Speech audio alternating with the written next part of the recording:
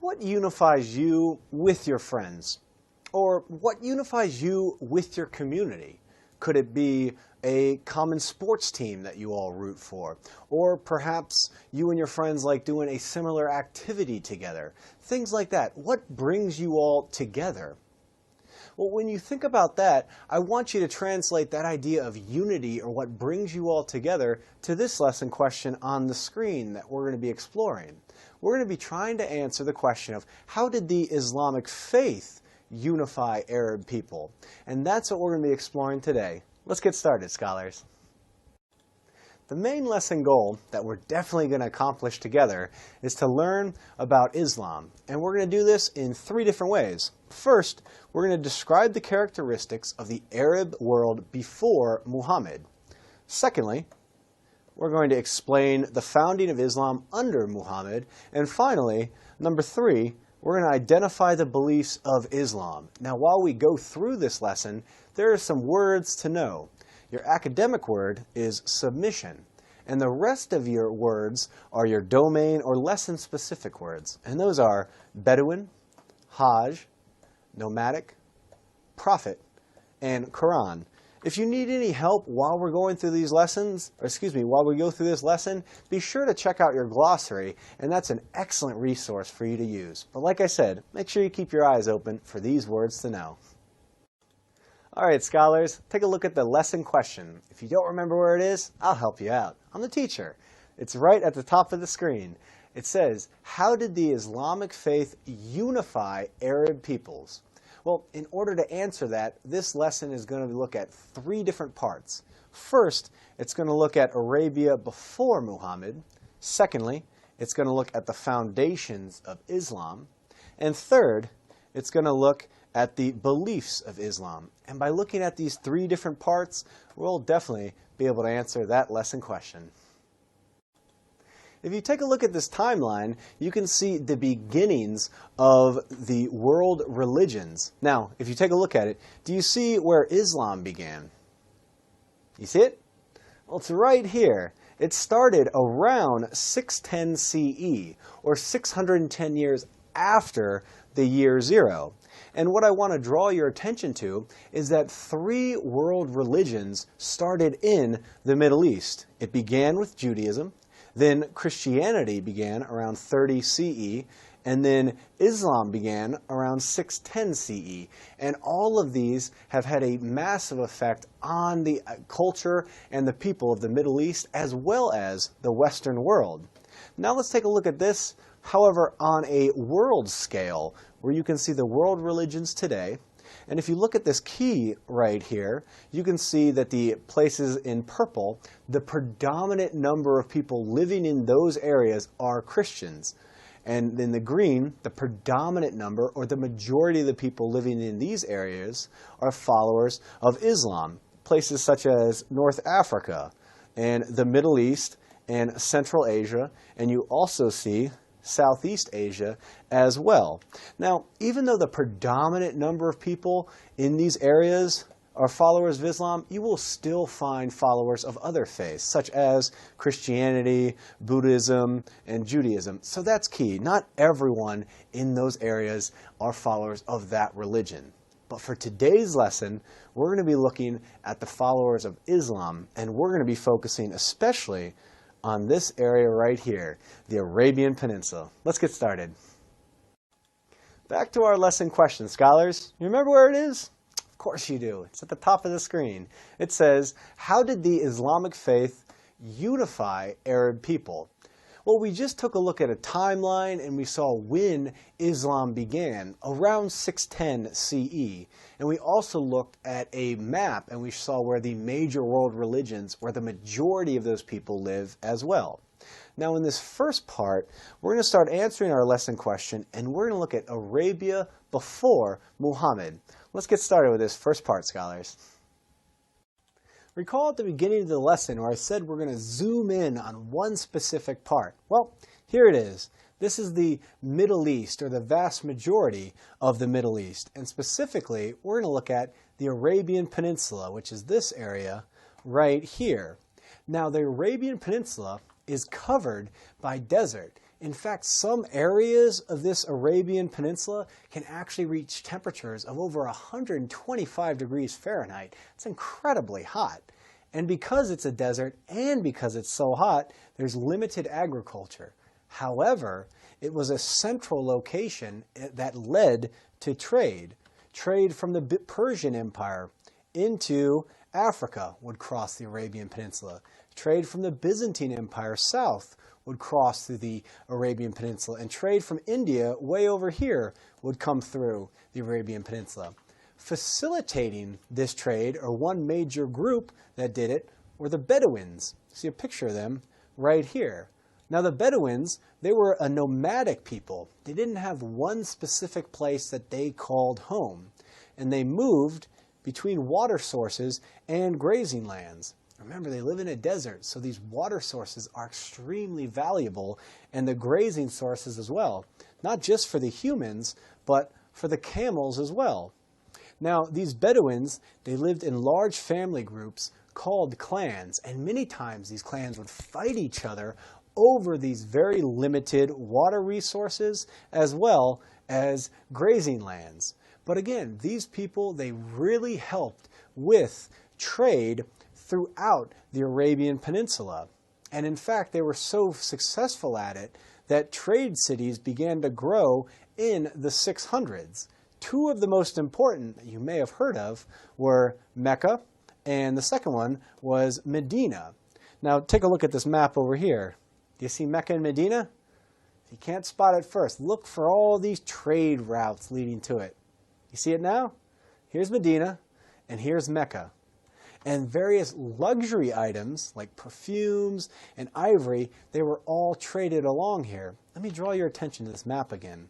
Take a look at all these trade routes. This is the Silk Road from China, and they come into the Arabian Peninsula, into Medina, throughout Mecca, along the various water routes.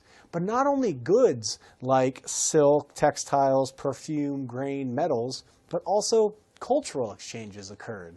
Recall that this is during the 600s, and 600 years before this, you obviously saw the rise of Christianity, but you also saw Judaism had established themselves in this area. But in addition to that, you saw traditional beliefs. Let's focus on one of the cities, Mecca. Now, before Islam, Mecca was a city of diverse religious beliefs. In fact, religious pilgrims of many different faiths came to Mecca in order to worship there. And Arabs believed there is an ancient shrine called the Kaaba that was actually constructed by Abraham and his son Ishmael. You recall Abraham? Well, Abraham is the founder of Judaism. And in fact, he's mentioned in Judaism and Christianity as well as Islam. So you can see the connections between those three monotheistic religions. But others in the region, they followed traditional beliefs and actually worshipped many gods. So what I want you to get from this, and here's a picture of the Kaaba here, what I want you to get from this, and the takeaway here, is that before Islam came about, the Arabian Peninsula was a very diverse area of many different beliefs and many different cultures. Well, wonderful work, scholars. You finished the first part of the lesson. On to the second part. Stay with me. You're doing great.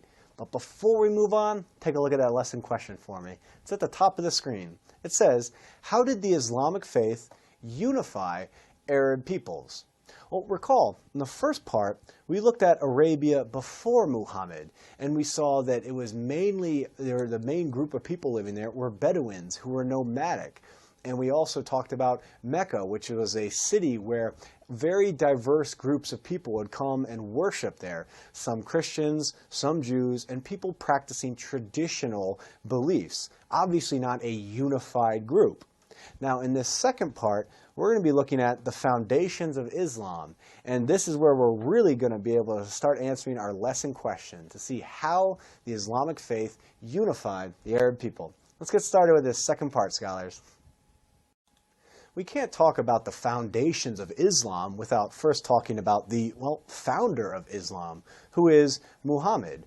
Now, Muhammad lived from 570 to 630 CE, or 632 years after the year 0.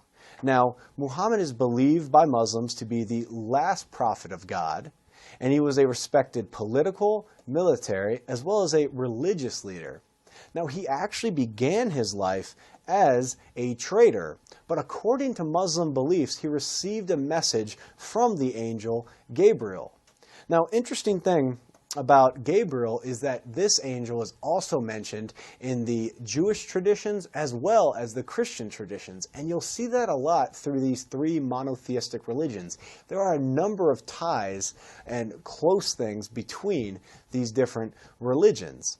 Well, this first message that he received is sometimes called the revelation, where according to Islamic beliefs, Muhammad received his first revelation from God in 610 CE. Now, you may recall that this date is the beginning of the religion of Islam, when he received his first message from God. Now, these revelations that he received, they form the basis of Islam, and they are written down in a book called the Quran. The Quran is similar to the Torah in Judaism or the Bible in Christianity. Again, a major text for Islam is the Quran. Now, one important belief is that there is one God, Allah. Again, monotheistic. That is the belief of Islam, is that it's a monotheistic religion, a belief in one single all-powerful God. And in Arabic, Islam actually means submission to the will of Allah. Well, after Muhammad received these revelations from the angel Gabriel in 610 CE, he began to preach that message, and he began sharing it with family and friends in the city of Mecca. And he preached these ideas in public, and many people in Mecca accepted the message and became Muslims. However, we'll see that not everyone in the Arabian Peninsula was interested in this message, and we'll take a look at that next.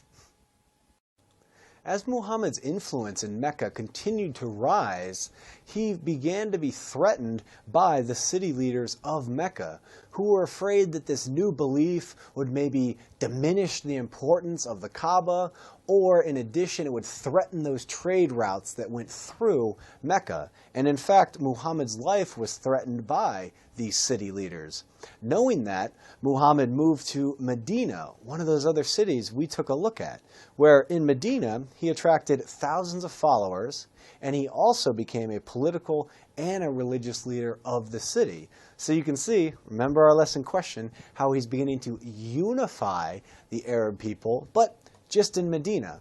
However, he would return to Mecca, but this time he would return, tradition holds, with a force of 10,000 soldiers. And he marched on Mecca in 630. And when he got there, he forced the city to surrender. And one of the first things he did was that he dedicated the Kaaba, which recall is this sacred monument in the center, to Allah. Now, before this, the Kaaba, just right here, had idols of many different gods. So when Muhammad conquered the city with his army, he smashed all those other idols, and like I said, he dedicated it to Allah. But the big takeaway here is that this new religion of Islam, it unified much of the Arabian Peninsula and the Arab people before his death in 632. And that's the key. You begin to see the unifying effect of this religion in the Arabian Peninsula. Wonderful job, scholars. You finished the first two parts of the lesson. Only one more left. Stay with me. You're doing great. Take a look at that lesson question. It's at the top of the screen. It says, how did the Islamic faith unify Arab people?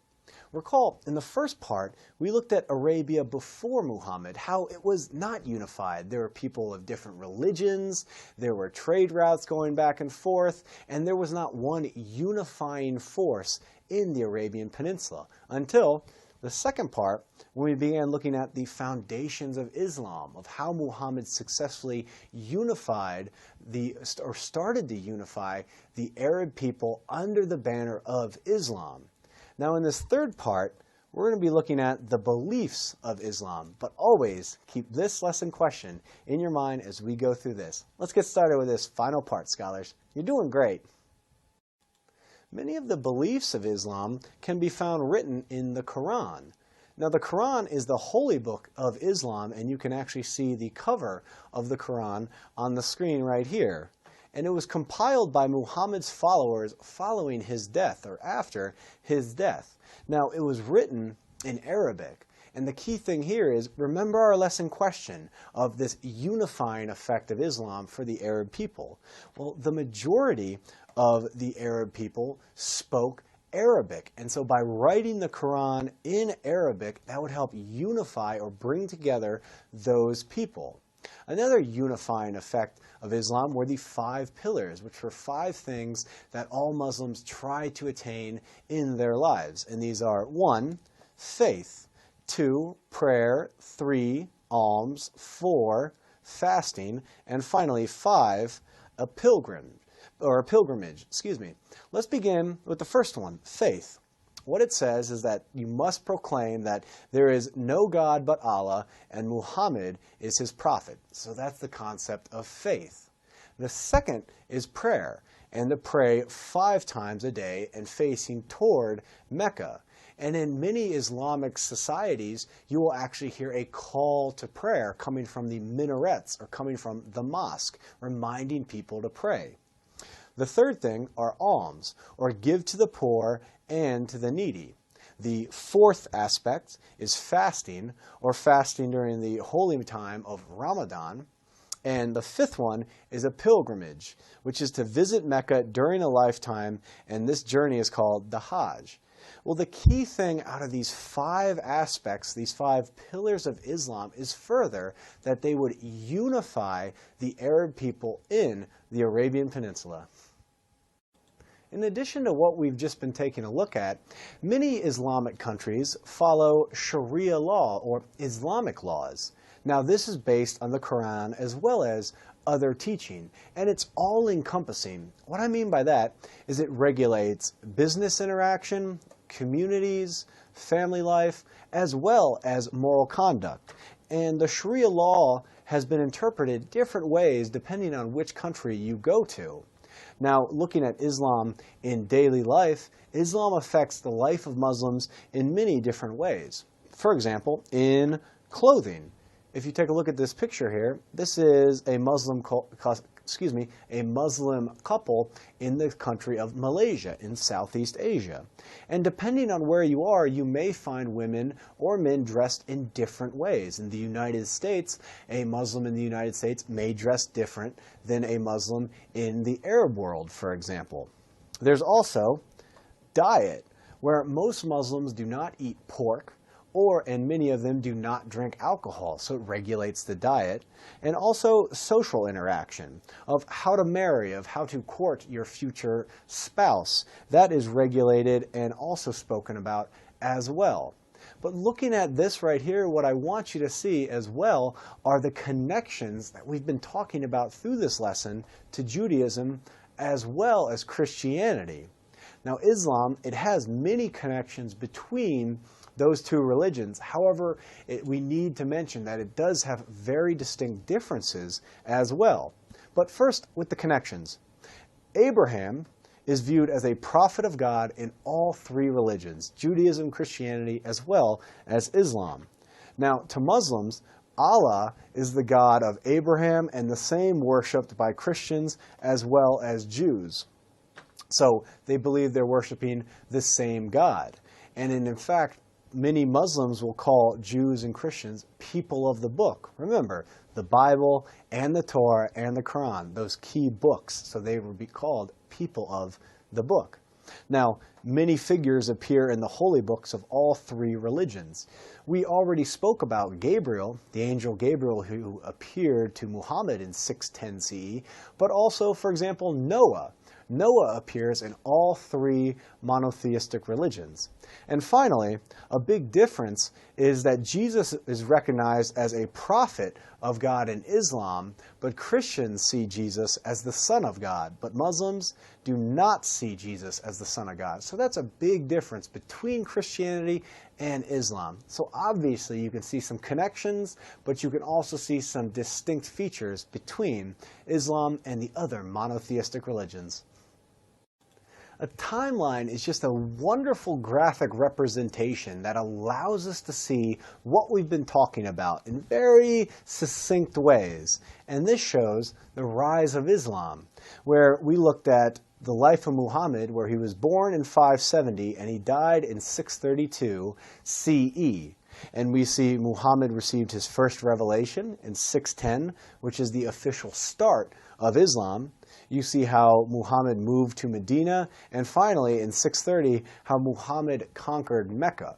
But again, I don't want you to live in a historical bubble. There are other things going on during all these events around the world. One example is that Justinian died in 565 CE in the Byzantine Empire. So whenever we're studying a historical event or a historical time period, I always want you to be thinking, well, what else is going on in the world during this time as well?